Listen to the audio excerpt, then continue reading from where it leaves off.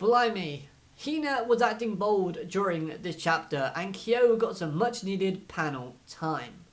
Hello everyone and welcome to Anime Awakening, and today we're here to talk about chapter 51 of the Blue Box manga series.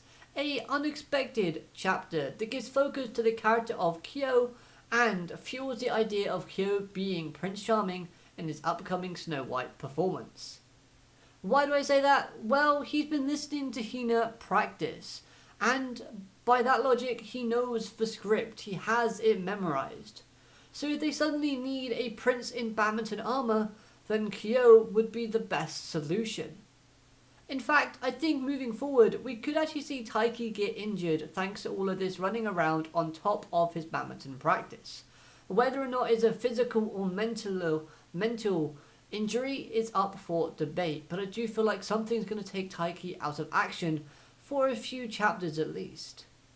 Now, if that does happen, we are in need of a new prince, and it could be a developmental phase for Kyo's character if he were to play the role of Prince Charming, because it could be there that he and we as the audience get confirmation on his feelings about Hina. And speaking of Kyo's feelings towards someone, he gave a bit of information about that in this chapter, because he mentions having feelings for another girl in the past. However, he had to give up on her since she got a boyfriend. Now this could actually be true, and somewhere in the Blue Box universe could exist Kyo's former love interest, who could then be reintroduced into the story as a kind of challenge for Kyo to overcome, as she could challenge his future love life moving forward if he does get a girlfriend. Or, on the flip side, the statement about her getting a boyfriend could be a lie, and instead, she just made her feelings for another man known to Kyo, and thus making Kyo feel hopeless, and thus giving up on her. Because if you take a look, and this is going to be a wild, down the rabbit hole kind of discussion, but looking at the image of the person that Kyo is thinking about as his former love interest, it looks like a young person, which makes sense because it's in the past. But it could be a younger version of Hina, just with her hair down. That's the kind of vibe that I'm getting here. We've not seen much of Hina's full backstory, nor do we know what she actually looks like with the hair down loose, or just down in general. She's always got it tied up at the back. So yeah, I really like this showcasing of Kyo's character within this chapter, as we finally get to see some more information, which I think was much needed. Plus, we built on the bond building between himself and Hina ever so slightly as they exchange words within the chapter, where Kyo actually tells her that he admires her for still chasing Taiki, despite knowing that she'll be second choice at the end of the day. Now then, let's talk about Taiki, as once again we see him rushing around helping wherever he can, to ensure that the festival will go off perfectly without any interruptions. And this was great, as once again it showcases him being reliable. Plus, it also shows how important this event is to him. He really likes the role that he's currently in, and his enthusiasm, his passion is showing forward.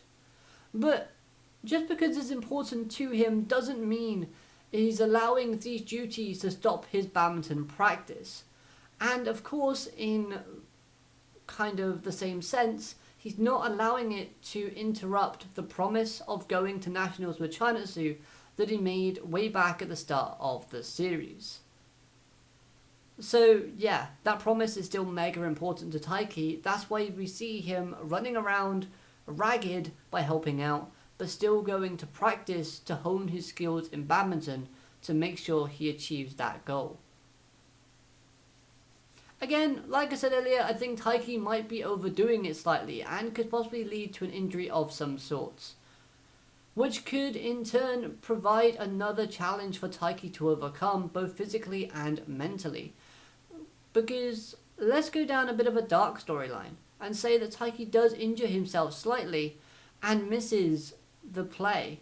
He misses the festival, something that he's worked so hard to ensure goes off perfectly. He can't attend because he's hurt himself, because he's worked himself too hard. And that might have psychological effects on Taiki's character in the short term. Or it could also have that effect, but then allow another character to come in and kind of cheer him up a little bit. Again, reminding us that we know that Chinastu isn't performing in the maid cafe that her class is hosting. So she could keep him company once again. This might seem a bit repetitive, considering we've already had Taiki being ill and Chinastu looking after him in chapters, but at the same time, it could still work. And speaking of our two main protagonists, the interaction between both of them was so wholesome as it gave off a cute, playful vibe, with Chinastu using the Itoma senpai phrase. Kind of teasing him a little bit and, just kind of going along with the flow. It makes their conversation in this chapter seem very easygoing and shows improvement with the two's communication skills.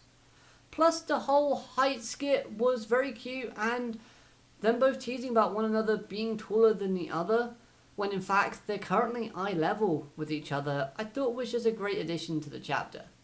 However, the segment did reveal a little bit of insecurity for Taiki when it comes to his height, because he still wishes to be taller. But come on, most people would love it if they were eye level with their partners, so Taiki should be happy at that. Now changing characters to talk about Hina, as she too was seen to be very bold within this chapter, as she outright stated to Chinastu, "Hey, I told Taiki I have feelings for him, right?"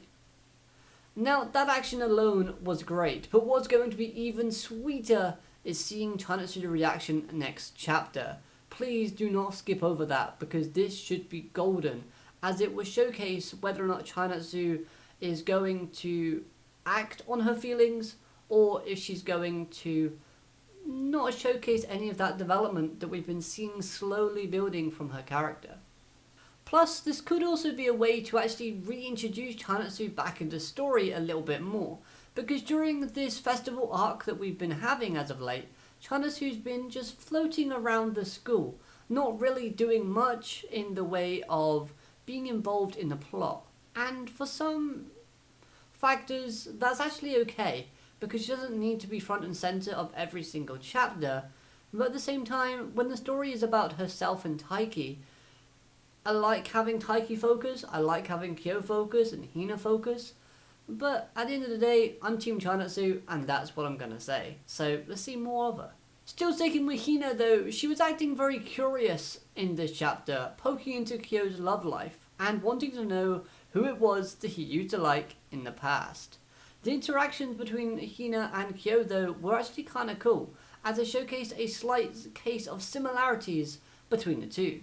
Kyo loved someone that got a boyfriend, while Hina loves someone who has his heart set on somebody else.